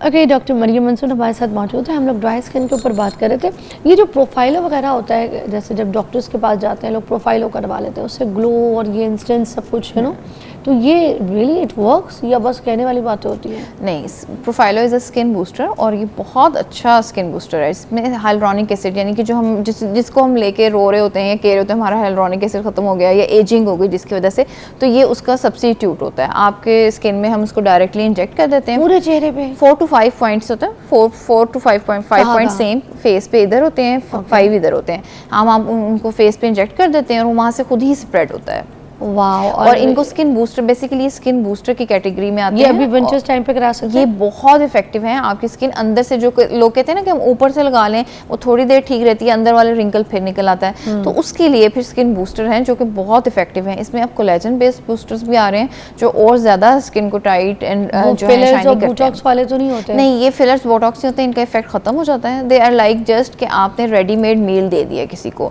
कि वो फौरी तौर पर अपनी ज़रूरत पूरी कर ले। तो ये हम जब स्किन में डालते हैं तो ये विद इन वीक और 2 वीक्स अपना असर दिखाना शुरू कर देते हैं और आपकी स्किन हाइड्रेटेड भी हो जाती है, प्लम्प भी होती है और लगता है कि आपने कुछ करवाया भी नहीं है। वाह। और ये एक्सोसोम्स वगैरह जो आ गए हैं, ये भी कोई ड्राई स्किन के लिए काम करते हैं? जैसे बहुत अच्छे हैं। एक्सोसोम्स बेसिकली क्या है, ग्रोथ फैक्टर्स ही हैं, ठीक है। इसमें मल्टी बिलियंस जो होते हैं ना, मतलब बहुत ज़्यादा ग्रोथ फैक्टर्स होते हैं। अब ये 5 बिलियन में भी हैं, 25 में भी हैं, 2 में भी हैं, 10 में भी हैं, ठीक है। अफोर्डेबिलिटी के लिए कि जो जिस रेंज का करवा सकता है वो करवा ले, ठीक है। ये बहुत स्किन की बैरियर को रिपेयर करते हैं, ड्राइनेस को। इवन एक्नी में मैंने कुछ पेशेंट्स किए हैं, उन पर बहुत अच्छा रिजल्ट आया। एक्नी स्कारिंग पे बहुत काम करते हैं, स्किन की सारे बेसिक इश्यूज को डील करते हैं। अच्छा, और कोई ऐसा टोटका, नुस्खा, कोई मेडिसिन, कोई ऐसी टेक्निक आप बताना चाहें for dry skin for the winters? अच्छा, जैसे आप मुझे अक्सर कहती है कोई टोटका बताएं, तो मैं आपको साइंटिफिकली मेडिकली एक टोटका बताती हूँ। एक होती है लिक्विड पैराफिन, ठीक है। ये आप किसी भी डिस्पेंसिंग फार्मेसीज जो हैं वो जहाँ पे आपको मेडिसिन मिक्स करके देते हैं, खुद से बना paraffin. Liquid paraffin 50% plus 50% white soft paraffin, ठीक है। अच्छा। तो ये दोनों आपने वहाँ से उनसे मिक्स करवा लेनी है और वो आपको उसको एक जार में बना देंगे, ठीक है। और आप उसको लें और वो जार आप जितना, यानी कि सब घर वाले इस्तेमाल कर सकते हैं और बहुत सस्ता मॉइस्चराइज़र है। इसको लगाने का तरीका क्या होता है, आपने जब टॉवल ड्राई किया फेस को या जहाँ पे भी आप जिस एरिया पे भी लगाना चाहते हैं, तो थोड़ा सा वेट स्किन होनी चाहिए। उसके ऊपर आपने इसे जस्ट पीस साइज अमाउंट जितनी कवर कर ले स्किन के एरिया को, आपने वो कवर कर लेनी है and that's it. Thank you so much Mariam, बहुत बहुत शुक्रिया, आपने बड़ा अच्छा हमें एलैबोरेट किया। हम एक ब्रेक के बाद मिलेंगे और thank you again. Thank you. See break.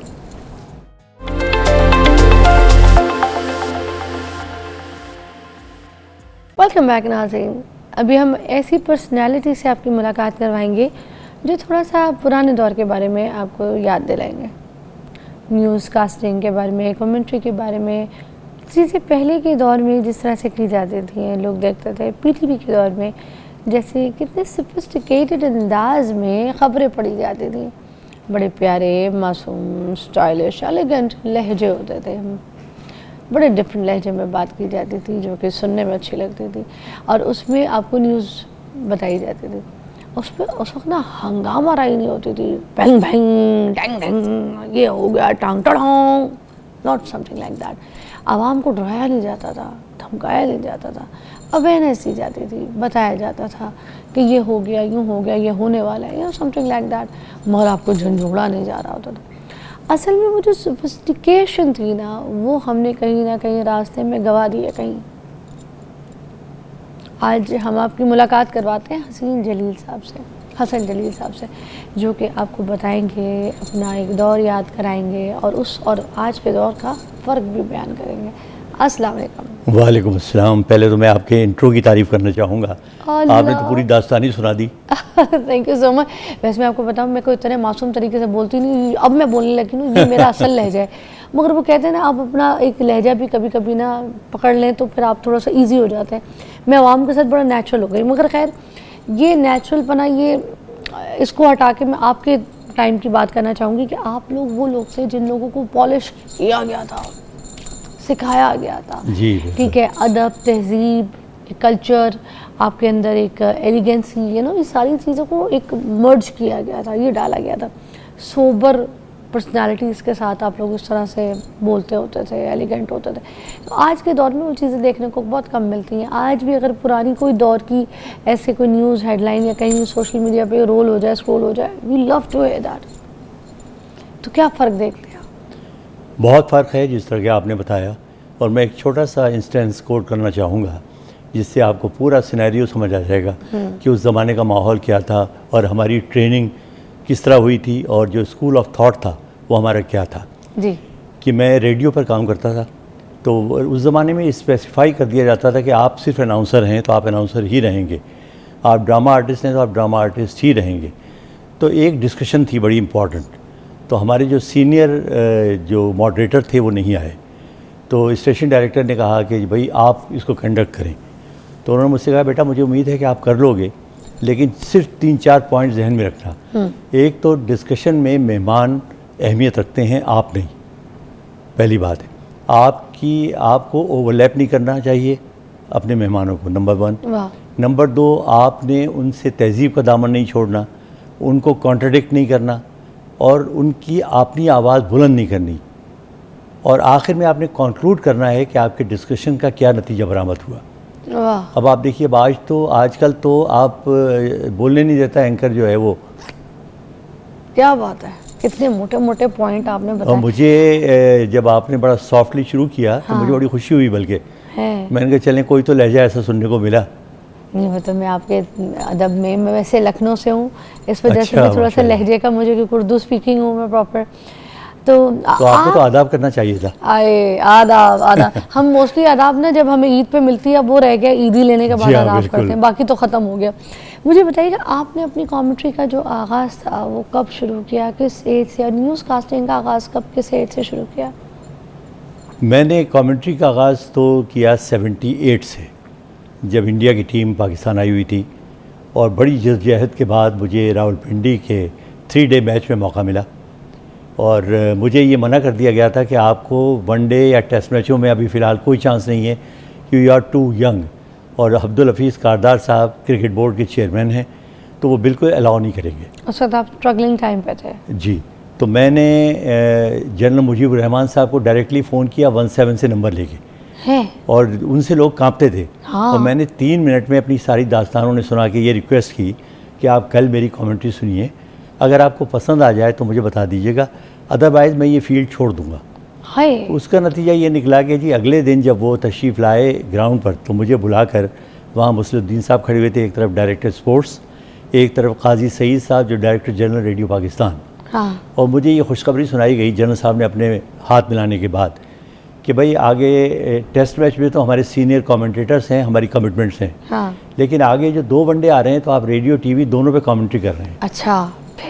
और उसके बाद तो मैंने 350 मैचेस किए थ्रू आउट द वर्ल्ड। वाह वाह, चल सो चल। जी। अच्छा, आपका एक बड़ा फेमस मैच भी था 1999 में, जो शारजा कप में जावेद मियांदाद जो थे जिन्होंने छक्का मारा था, तारीखी जी। छक्का था, उस वक्त आपके क्या जज्बात थे? वो कमेंट्री कैसी थी? वो क्या जज्बे थे? वो तो कमेंट्री आपको मैं बताऊँ, उसका आलम यह है कि आज भी मैं जहाँ जाता हूँ लोगों की ये फरमाइश होती है कि जी वो कमेंट्री सुनाएं।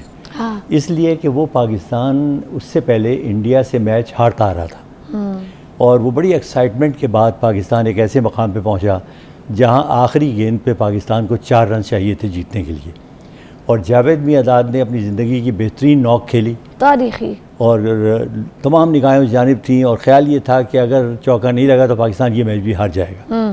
तो आप अंदाज़ा कर लीजिए क्या एक्साइटमेंट होगा।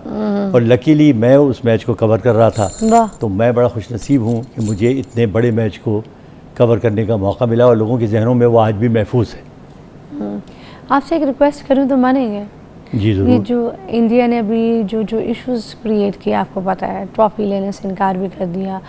अगर हम सब आपके फ़ैन एज होने के नाते अगर हम आपसे ये कहें, पूछें आपसे और रिक्वेस्ट करें कि अगर आपको ये अभी कमेंट्री करनी पड़ती तो आप किस तरह से करते? अगर आप थोड़ी सी अगर करके दिखा देंगे तो हम लोगों को बड़ा ऑनर भी फील होगा, और हमारे वो जो एक आर्काइव है ना वो भी याद हो जाएगी। आप कभी क्रिकेट खेली हैं? आई यूज्ड टू प्ले, या इसी तो आपने तो गुगली फेंक दी सीधी सीधी जो मेरे लिए खेलना खासा मुश्किल है। नहीं, मैं इंशाल्लाह कोशिश करता हूँ, क्योंकि देखिए ये जो कुछ हुआ, it was very very unfortunate, और इसमें तो मैं उसको मतलब बजाय आपको डिस्क्रिप्शन देने के, मेरा ख्याल है थोड़ा सा जो आखिरी लम्हात थे, हाँ। जिसमें मोहसिन नकवी साहब स्टेज पर खड़े रहे, हाँ। और इंडिया की टीम नहीं आई, हाँ। और फिर उसके बाद उन्होंने पाकिस्तानी खिलाड़ियों में प्राइज डिस्ट्रीब्यूशन की, तो उधर जो माहौल था थोड़ा सा छोटी सी 2-3 मिनट की मैं। प्लीज़। जी हाँ। भारत ने बिलाखिर मैच जीत लिया, लेकिन एक बड़ी हैरतनाक बात प्राइज डिस्ट्रीब्यूशन सेरेमनी में देखने को मिल रही है। मोहसिन नकवी साहब जो एशियन क्रिकेट काउंसिल के चेयरमैन भी हैं, स्टेज पर मौजूद हैं, उनके साथ दूसरे ओहदेदार खड़े हुए हैं। इंतज़ार हो रहा है भारतीय टीम का कि वो आएँ और अपने इनामात लें, लेकिन मेरा ख्याल है हमेशा की तरह रिवायत के मुताबिक और तंग नज़री का मुजाहरा करते हुए भारत ने ये फ़ैसला किया है कि वो ट्रॉफ़ी मोहसिन नकवी साहब के हाथ से नहीं लेंगे।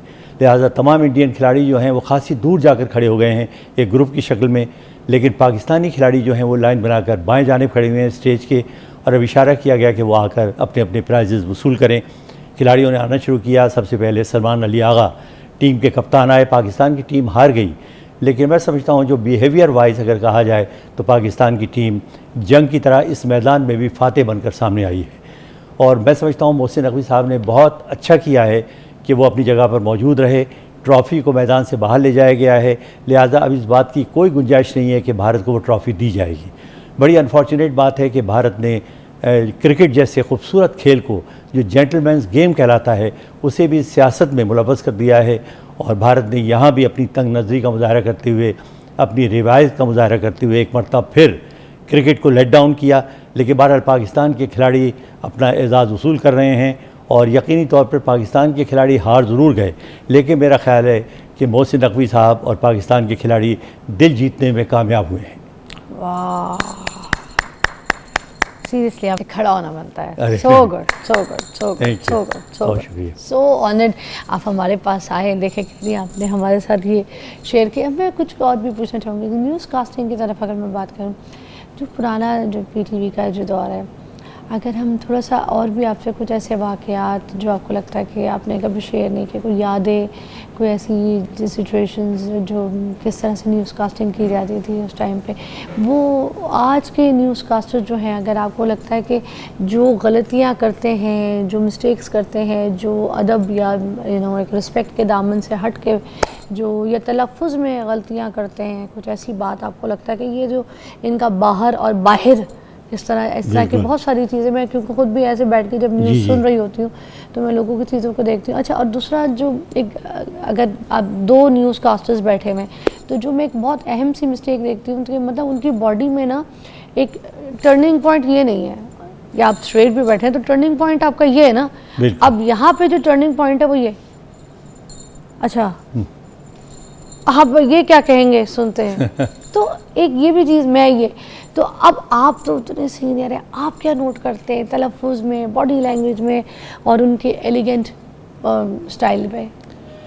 आपने बड़ी अच्छी बातें पॉइंट आउट की। देखिए बात यह है कि ख़बरें जो हैं वो एक बड़ी सोबर चीज़ है। आपने कम्युनिकेट करना होता है जो कुछ दुनिया में हो रहा है, उसमें आपके जज्बात का कोई दखल नहीं होता, आपके एक्सप्रेशंस का कोई दखल नहीं होता।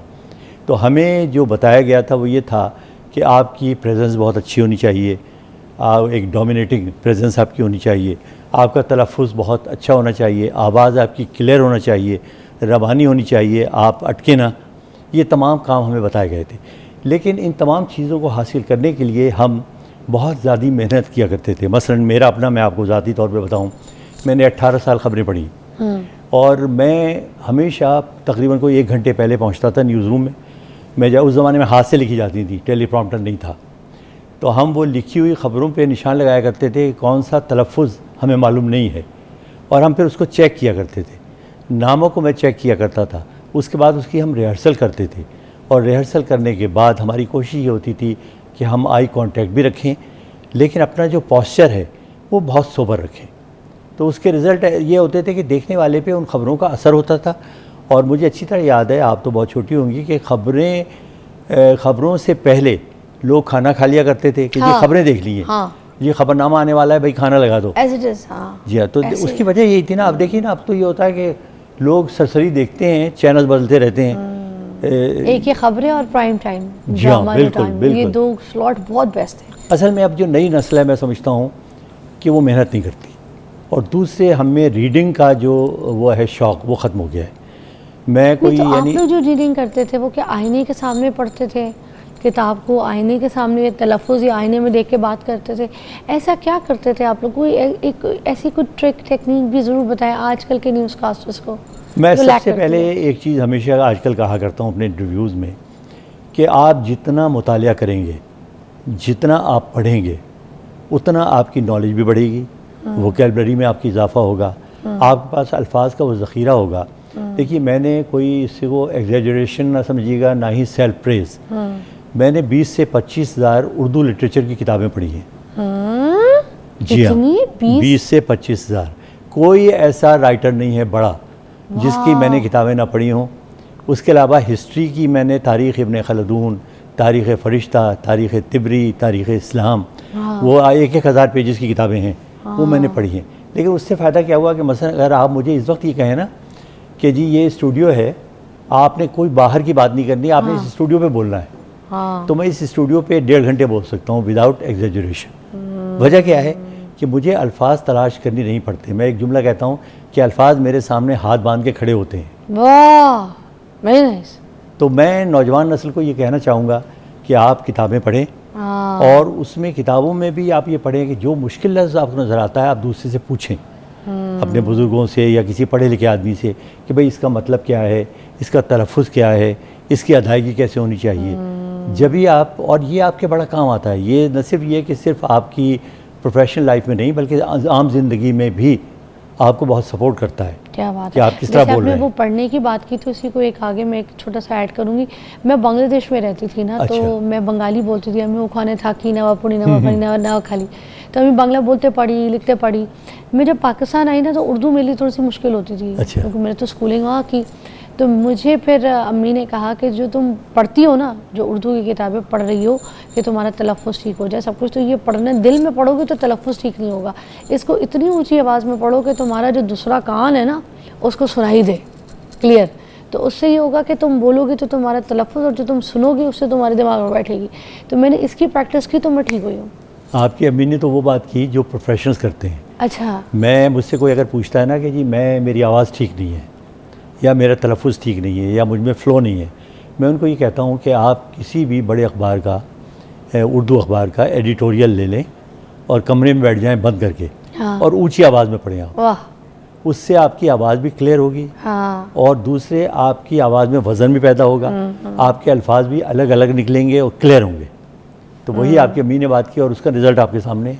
अच्छा, ज़िया मुहिउद्दीन साहब जो हैं, उनसे कभी मुलाकात हुई क्या आपकी? कहने, बहुत कभी कुछ उनसे लर्न करने का मौका, कोई आपस में कुछ शेयर करने का मौका बहुत मिला? ज़्यादा, क्योंकि ज़िया मुहिउद्दीन साहब से मेरे बहुत अच्छे ताल्लुकात थे। अच्छा। और जिस ज़माने में वो लंदन में हुआ करते थे, हाँ। तो मैं चूँकि उस ज़माने में तकरीबन मैं हर टूर पर ही जाया करता था, अच्छा। तो बड़े फ्रीक्वेंट विजिट्स होते थे। हाँ। और उनके ये रिवायत थी कि वो हमेशा अपने चंद दोस्तों के साथ हम कमेंटेटर्स को खाने पे बुलवाया करते थे, वाह। तो उनसे बड़ी गपशप रहती थी। हाँ। लेकिन जनाब वो ख़जाना थे इल्म का, अरे वाह। आप यकीन माने, बेशक। जो नॉलेज मैंने उनके पास देखी, और जिस अंदाज से वो शायरी बयान किया करते थे, वाह। और जिस अंदाज से वो उर्दू अदब को दोहराया करते थे अपनी आवाज़ में, उसका कोई मैच नहीं है। वाह। अच्छा, एक और चीज़, आजकल के जो न्यूज़ में डराया धमकाया जाता है, जैसे आपने बड़ी प्यारी बात बोली कि जो न्यूज़ कास्टर होता है उसका ये जो फीलिंग्स है इससे कोई ताल्लुक़ नहीं होता। जी हाँ, उसने बिल्कुल। सिर्फ और सिर्फ बयान करना है और बड़े प्रेजेंटिंग पर्सनालिटी एक उसके एक्ट में होके। तो अब यहाँ पे जो हम एक न्यूज़ सुनते हैं जिसमें धम धम डैन डैन, वो स्टार प्लस के ड्रामों वाला बैंग बैंग भी एक आ तो रहा उसने है। बड़ा बेड़ा गर्क किया है। हाँ, तो ये जो हम न्यूज़ में भी धड़क धड़क धड़क म्यूज़िक भी हमने ऐसा रख दिया, आपको पता है पीछे। खौफनाक। पहले तो इस तरह के बैकग्राउंड म्यूज़िक नहीं होते थे, वो एक बार जब खबरें शुरू होती थी तो उस टाइम पे वो खबर की एक म्यूज़िक आता होता था। अब तो और वो गोल दुनिया बनती होती हाँ, थी, याद है ना? बिल्कुल। तो अब ये वाली जो न्यूज़ हम देख रहे हैं, इससे तो सिर्फ हमें डराया जा रहा है। अब कोई सामने वाला हार्ट का पेशेंट है, कोई ब्लड प्रेशर, उसको कोई शूट कर सकता है, कोई कोई किस सिचुएशन में है, या कोई छोटे बच्चे देख रहे हैं फैमिली के साथ बैठ के टीवी, तो अब वो तो हम न्यूज़ देख ही नहीं रहे जिसमें छोटे बच्चे, बड़े, जवान, सब लोग इसके लिए क्या कहेंगे आप? एक और बड़ा गलत ट्रेंड जो है, और आप एग्री करेंगे इस बात से, कि जो रिपीट करते हैं ना, एक खबर है उसको बार बार कोई 10 दफ़ा आप रिपीट करेंगे। हाँ, डैन डैन डैन डैन, हम आपको बताते चले, हाँ। अच्छा, हमारे ये साथ रहिएगा। दुनिया में मैंने कहीं नहीं देखा ये। नहीं, इनके साथ रहिएगा ये क्या? एक तो पता नहीं। हमारे साथ रहिएगा, मेरे साथ रहिएगा, भाई नहीं तो उसका जवाब होना चाहिए, कोई आवाज़ आया आप साथ रखना ही नहीं चाहते। हाँ। इतनी खौफनाक तरीके से आप खबरें बता रहे हैं। स्लोगन इसी तरह का कुछ ना कुछ अजीब, और ये मुझे बड़े वल्गर स्लोगन लगते हैं। मैं आपको एक बात बताऊं, मुझे नहीं पसंद कि कोई लड़की बैठ के न्यूज़ कास्टर, अब वो चैनल ने स्लोगन बना लिया, हमारे साथ रहिएगा, अब लड़की बोली मेरे साथ रहिएगा। That नहीं, is ये तो not देखिए जी, nice. I don't like ये it. ये हमारे ट्रेंड न्यूज़ सेट का करना पैटर्न पड़ेगा नहीं है। आपको, ये ट्रेंड सेट करना पड़ेगा। हाँ। और मैं समझता हूँ अब वक्त आ गया है कि कुछ चीज़ें ऐसी हैं जो टेलीविज़न चैनल के जो ओनर्स हैं उन्हें संजीदगी से सोचनी चाहिए। उसमें ये भी है कि कौम को आप सही रास्ते पर लाने के लिए, लोगों को तालीम याफ्ता बनाने के लिए, कल्चर्ड बनाने के लिए, डिसिप्लिन बनाने के लिए आपको मीडिया को इस्तेमाल करना चाहिए। उनको आप ये सारी ट्रेनिंग दें, ये बातें जो हम कर रहे हैं इदारे उन तक भी पहुँच रही होंगी, उनको बताया जाए कि भाई देखिए ये कल्चर है, ये ब्रॉडकास्टिंग जो है वो बड़ी खूबसूरत चीज़ है, इसको आप उसी तरह रहने दें। तो मेरा ख्याल है कुछ अरसे के बाद टाइम लगेगा, लेकिन वो चीज़ें वापस आ सकती हैं। Okay, thank you so much. मुझे बहुत अच्छा लगा आपसे मिलके, और आपके साथ मुलाकात का ये जो टाइम था, मुझे लगता है ये गुफ्तगू का मुझे सारी ज़िंदगी याद रहेगा। एक तो और बाज़ौक़ पर्सनालिटी से मुलाकात है, नॉलेजेबल पर्सनालिटी और एक आइकॉनिक पर्सनालिटी। नहीं, बहुत शुक्रिया आपका भी, thank you very much, it was a pleasure. TV पे तो आपको देखते थे, आज मुलाकात भी हो गई, तो लेकिन बहुत अच्छा रहा, थैंक यू। अल्लाह में बहुत खुश रखे, और जब जब आपका गुजर हो, आप एक मैसेज करना है, कोई अगर कौम को मैसेज देना हो, कुछ सिखाना हो, कुछ समझाना हो, तो this is your show, your platform, please आइएगा ज़रूर, खुद आइएगा, प्लीज़ बताइएगा ज़रूर जब कोई आपने मैसेज देना हो कोई बात। Thank you so much for your time. अल्लाह हाफिज़, अपना बहुत ख्याल रखिएगा। I hope you like the show, take care.